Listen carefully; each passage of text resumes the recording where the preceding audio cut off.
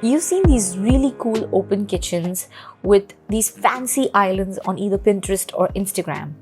As much as you would like to have it, creating a solid open plan is quite a task, especially if you're in a compact city apartment and do not have the luxury of having a massive space. So this time I took a 2 BHK floor plan which is located in an upmarket location of Mumbai, and with this I was quite bent on creating a fully functional open plan. And I did manage to create an island kitchen which ties so beautifully with the living space. So I've always loved the idea of an open kitchen because me and my husband, we entertain a lot and we do love our time in the kitchen cooking meals together. And although we do have a large kitchen to accommodate this, sometimes I do wish we had an open kitchen because you don't want to be locked away from the conversations that happen in your living room. And this need for an open kitchen is just ever increasing lately because our little boy is just learning to crawl and walk, and it would just be nicer to have an open kitchen so we could watch over him. I've seen this in many flats where in an attempt of opening up the kitchen and connecting it with the living room, people end up with either a very tiny pass-through window or a mini breakfast counter which does not really open up the space to that degree. And say you've gone ahead and broken down a wall to expose the kitchen behind it. How do you ensure a cohesive design where the kitchen design seamlessly flows into the living room aesthetic? Again, like everything else, an open kitchen can have its pros and cons, and it may not necessarily be the best option for everyone. However, if the pros outweigh the cons for you, then do watch the video till the end and let me know your thoughts in the comments below. Let us go through a typical floor plan with an enclosed type of kitchen. So here you have a living room, there's a kitchen, a utility area also called as a dry yard, and then there's the master bedroom and a second bedroom. Let us look at the same space in a 3D format. So when you're in the entrance passage, you have a kitchen door on the right. If you enter this kitchen door, there are 2 platforms on either side. The platform leads you to a door, and the space behind this door is a utility area which can house your washer or a dryer. Do make a quick mental note about this space because it has a tiny role to play a little later in the video. Now back to the entrance passage. When you walk straight into the space, you have the dining space on the right, followed by the seating space, and this window here leads you to the balcony outside. This is how the space looks from the window side. You see this wall here? The kitchen is behind this wall. Please do pause, absorb all the data, visualize, and play the video at your own pace, otherwise it could get a little confusing. So first, let's remove all of this furniture. Now we're talking of an open plan here, so we have to knock this wall to expose the kitchen behind it. You can see that just by doing this, the place feels so much larger, much more spacious and expansive. And this for me is a big plus of an open plan. Now take a look at the floor plan after we've knocked down the walls. Let's zoom in near the entrance area. This here is a column and the existing kitchen platform is along it. There is a 6-inch brickwork on either side of the main door. If you were to knock the brickwork on the right side of the main door, shift the door on the right and build up wall in alignment with the column, then you would get a 1 feet wide wall to the left of the main door. Now please note here that you can totally do this because you're not touching any column for any modification. You are only knocking down the brickwork which is permitted. But again, an unbreakable rule is that you can never ever break or cut, chase any column or any beam or any structural member for that matter, because it affects the integrity of the entire structure and can also prove to be very dangerous. Now coming back to the 3D model. After you've shifted the main door to the left, this 1 feet depth that you've achieved here can be used to your advantage, and you can block this entire wall with a volume of storage. Now of course I've just blocked this volume over here, but we will develop this by first carving a TV unit out of it. Now once you've decided on a TV location, defining the seating or the lounging space around it is easy peasy. But of course you have to be wary about a comfortable circulation and accessibility around the furniture pieces. Now speaking of this block of storage, you can see that just with this tiny change of shifting the door, you could accommodate such a massive volume of storage without wasting a single inch along this entire wall, as opposed to buying different furniture pieces for different purposes, like say a shoe cabinet or a storage cabinetry or sideboard, etc., which could sometimes clutter the space. Now as we go further in the video, we will continue to develop this volume of storage, but for now let's put that on ice and zoom into the existing kitchen platform at the very far end.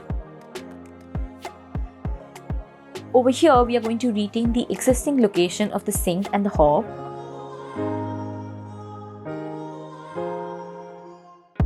Since we are on the sink, let's talk about the washing chores around it. Nobody likes the sight of stacked dirty dishes, especially when you're entertaining. This floor plan has a potential solution to this problem, which is the utility area that I mentioned earlier. You can install an additional larger sink because you have the space to do so. Now this is where it's okay for you to stack dirty dishes without having to worry about clearing them up right away. Now this flat specifically has the luxury of a utility area, which is why you can have that additional sink outside. But if you do not have a space like that, that's okay. You're good with one sink too.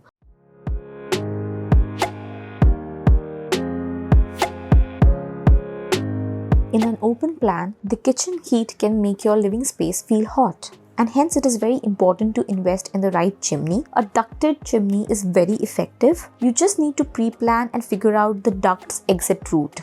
And to air condition the kitchen space along with the living area, having a chimney is a must.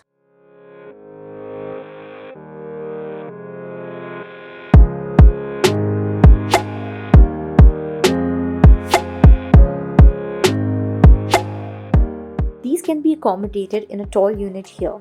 Now see how this unit jackets the countertop on the right?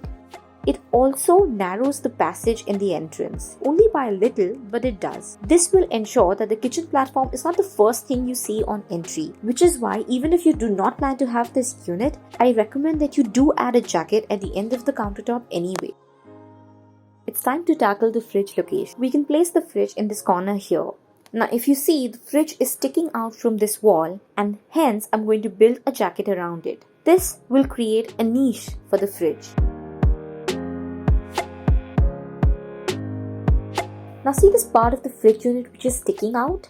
It is 1 feet wide, which can be used to our advantage, and we can create cabinets behind it. From the front, the fridge jacket can look like a dummy tall unit, while the one on the left can house smaller kitchen appliances like mixer, toaster, blender, etc., and this will help to keep your kitchen clutter-free.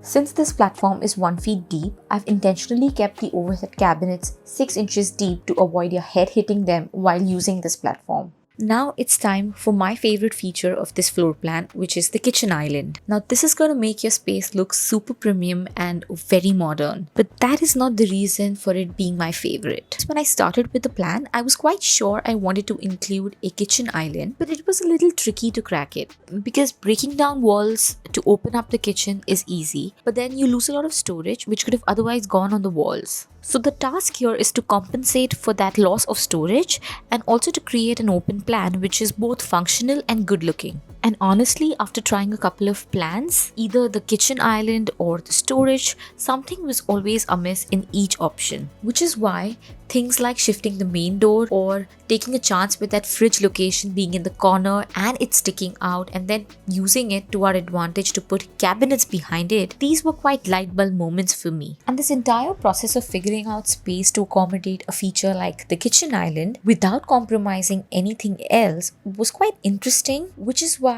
the kitchen island became a favorite feature for me. Now these two storage cabinets are 9 feet apart, so I put in a 2.5 feet table in between them, which leaves me with 3.5 feet passage on the left and a 3 feet passage on the right, both of which being a decent amount of circulation space. This table can be made of a very hardy material like stone, for instance, because this can be a proper kitchen table where you can do your prep work or chop veggies, etc. If you add in some stools, it could also double up as a dining table. And this being a passage to go in and out of the house, it is very important to have free floor space, which is why the table can be designed in a way that the stools can be tucked beneath them when not in use. For this, it's time to flesh out the volume of storage which we had simply plonked earlier. Now you can carve a bar unit out of it, which can be along the entire length of this island, making the island multifunctional, because it could be a bar table, or it could be a kitchen table, a dining table, or even a work table. The block of volume on the right of the bar unit can be made into a library unit. The one on the left can be storage for shoes, or an MDB or a network cabinet, or storage for just miscellaneous items. So you can install a fan right above the seating area. Now this being an open kitchen, you cannot use centralized AC because the return grill will circulate the kitchen air throughout the living room. So I've gone with two one-way cassette ACs, one along the length of the TV unit and one along the length of the bar unit. Now since this is an open kitchen, I wanted to make sure that the AC is not right opposite the hob and the air from the AC is circulated like this and not like this. For decorative lighting, I added a Lindsay Edelman pendant right above the island, which makes quite a statement. I liked the light because I found it very playful because of the way the lamps are oriented, which makes it look different from every angle.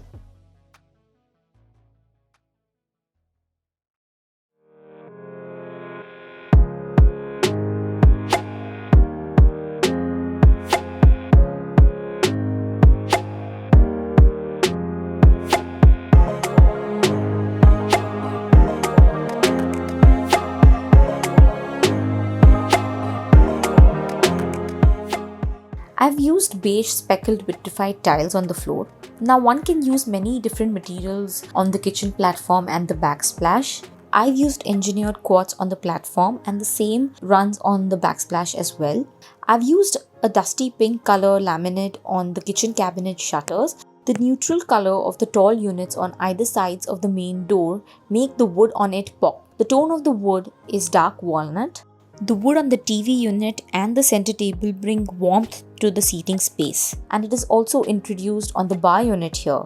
Now I wanted the bar to feel special. For the countertop, I've used a natural stone in a pink shade. The same countertop then turns into a backsplash. To add a little more character to the bar, I've used reeded glass shutters on the top with a pink tint on them. Similar to the overhead cabinets on this side, the overhead cabinets above the bar unit are also 6 inches deep. Now speaking of the kitchen island, I obviously wanted the island to stand out as it's quite a feature, which is why it is made of an antique black stone which contrasts from everything else around it, and it also ties back to the various black elements that I've used in the space.